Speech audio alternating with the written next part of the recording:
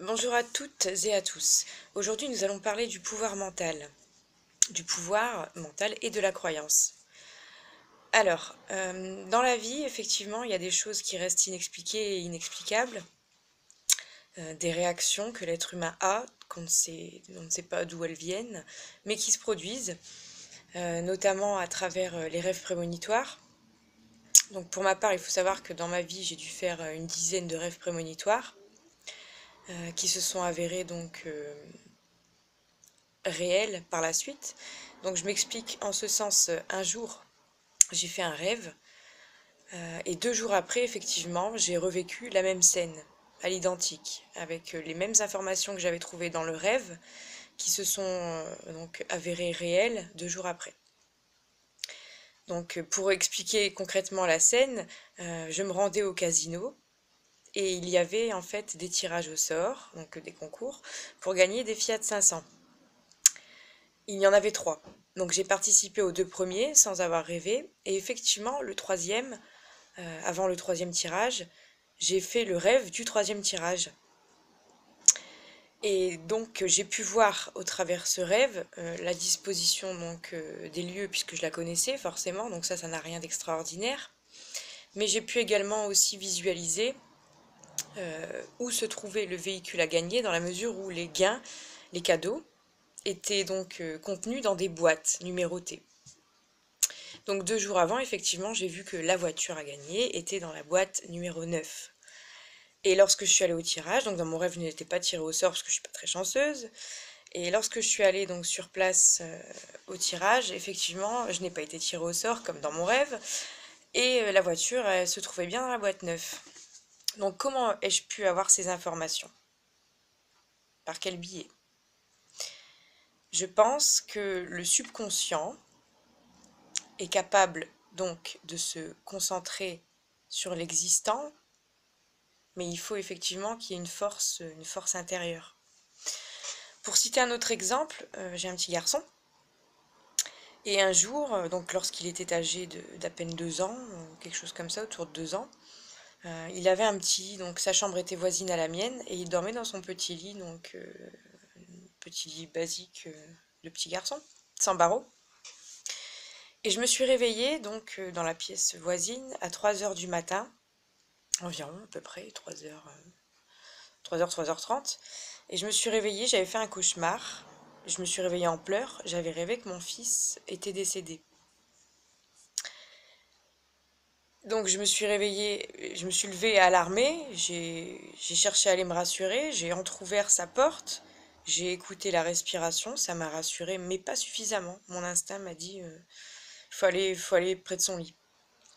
Je me suis rendue près du lit, et effectivement j'ai retrouvé mon fils, tout petit, mais la tête au niveau des pieds ensevelie sous les couvertures, tout au fond du lit, donc sans possibilité de pouvoir s'en dégager. Et je me suis dit, si je n'avais pas fait ce cauchemar, et si je n'étais pas allée à son lit, et que je ne l'avais pas repositionné de manière à pouvoir respirer, dans quel état aurais-je retrouvé mon fils à 8 heures ou 9 heures du matin? Bah, je pense qu'il aurait étouffé. Dans la logique des choses, vu l'épaisseur des couvertures et vu le fait qu'il était enseveli et sans le pouvoir de s'en dégager.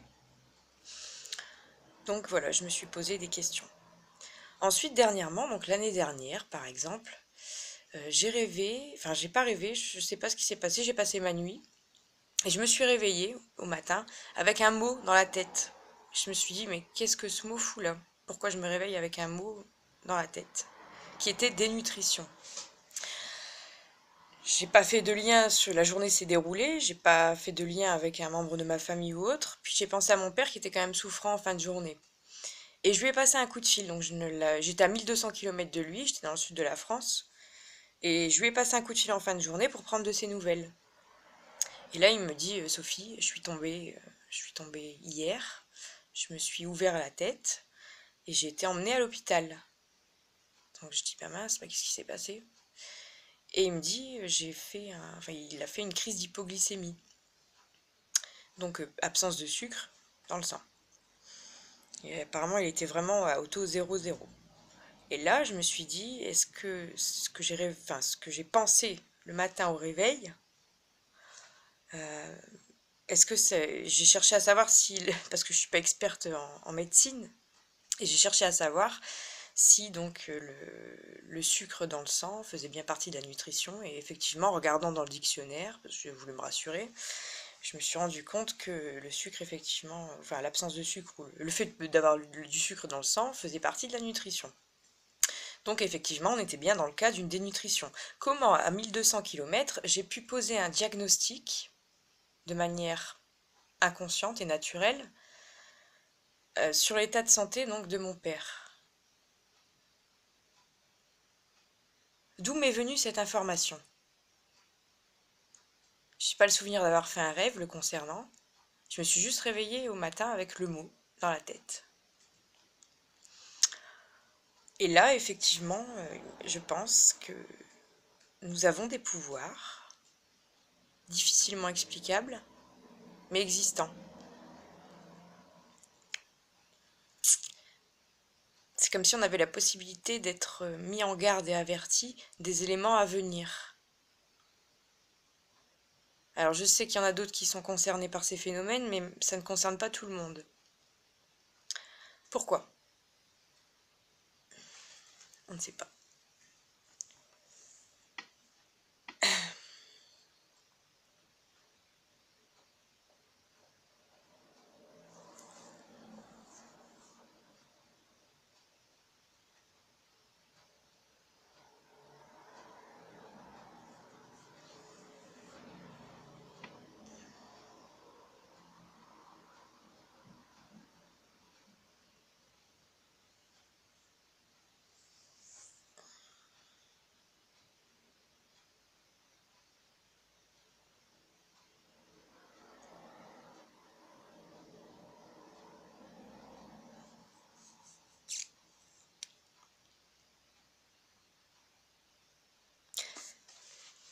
Je pense que l'esprit, enfin j'ai imaginé cette nuit-là, la nuit que j'ai passée, j'étais loin de mon père et je suis très proche de mon père, affectivement parlant, et je pense que la distance, ces 1200 km, mon esprit les a parcourus, peut-être dans la nuit, et est allé comme logé, peut-être, dans l'organisme de mon père pour recueillir les informations le concernant et mes revenus. Voilà. Donc je pense que la nuit, à travers le songe, et je pense qu'on a une deuxième vie nocturne. On a le pouvoir d'avoir une deuxième vie nocturne parce que les gens ne rêvent plus. Enfin, beaucoup de gens ne rêvent plus. Mais moi, j'ai toujours été une grande rêveuse. Même encore maintenant, je rêve constamment. C'est même prenant parce que j'ai l'impression d'avoir deux vies.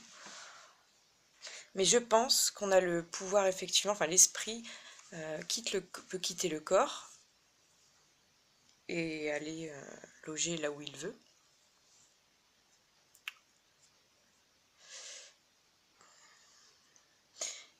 L'année dernière également, j'ai eu une absence de règles pendant 5 mois. Et ça me travaillait psychologiquement, ça me dérangeait de ne pas avoir de règles. J'ai fini par aller consulter une gynécologue chinoise qui pratique la digiponcture et je pense qu'elle fait de l'homéopathie ou de l'ostéopathie, je ne sais pas bien, je suis pas très calée. Et cette dame m'a dit, d'ici une dizaine ou une quinzaine, elle m'a massé le ventre. Elle a eu des actions, elle m'a beaucoup palpé le ventre.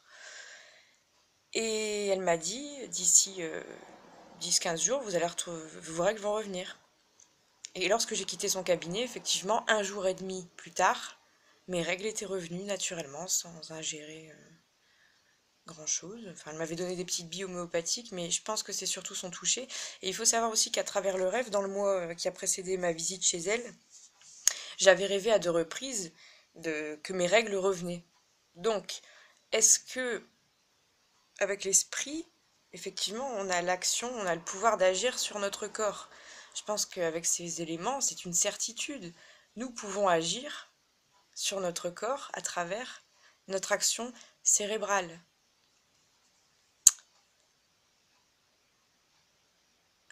Cela me semble être une évidence. Il faut savoir que j'ai vécu pas mal d'expériences. Le rêve conscient, donc j'étais en train de dormir et de rêver, mais j'étais en même temps à la fois éveillée et consciente que j'étais en train de rêver. Donc je me suis renseignée sur la chose, effectivement, et ça arrive à certaines personnes de faire des rêves conscients. Mais c'est troublant de se dire je dors, je rêve, mais en même temps je suis réveillée, enfin, ou c'est difficile à expliquer. Je dors, je rêve, et c'est comme si j'avais deux parties de sommeil, une profonde avec le rêve, et l'autre en même temps, donc l'éveil. C'est c'est extraordinaire. Enfin, je veux dire, d'être endormi en train de rêver et d'être conscient qu'on est en train de rêver et qu'on est dans un rêve et pas dans la réalité. C'est fou, c'est fou. Non, c'est pas fou, c'est vraiment ce que j'ai vécu. Donc, je pense pas être folle. Enfin, remarquez, on sait pas. Mais peu importe, toujours est-il que j'ai vécu, c'est fait. Et donc, j'ai acquis beaucoup de connaissances à travers les films. Certains films, les films que j'estimais intelligents. Et j'ai recueilli toutes ces informations pour évoluer. J'en ai eu besoin. Ce qui m'a amené, alors dernièrement, c'était il y a quelques mois, où je me suis surprise. Donc j'étais dans la voiture en train de conduire. Et je me suis surprise à penser à trois choses en même temps. Mon cerveau était en train de faire trois choses en même temps. Enfin, avec la quatrième qui était la conduite, mais ça c'était physique. Mais mon action cérébrale était orientée dans trois terrains différents. C'est-à-dire que d'une part, j'avais un fredonnement musical dans la tête, d'autre part, j'avais une pensée, j'étais en train de réfléchir à quelque chose, je sais plus à quoi exactement, mais bon, j'étais en train de penser à un truc, et simultanément, j'étais en train de penser à un troisième truc, enfin de faire une troisième action de l'esprit. Donc tout ça pour dire qu'effectivement, l'évolution, enfin, les capacités, je pense nos capacités cérébrales sont maigrement exploitées. Alors, c'est difficile à expliquer. Comment on peut être capable de penser à trois choses en même temps et de s'en rendre compte?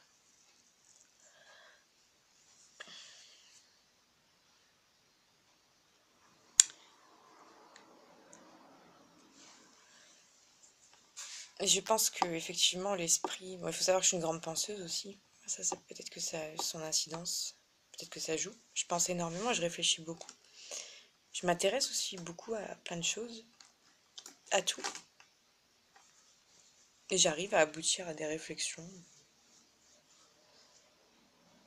nouvelles.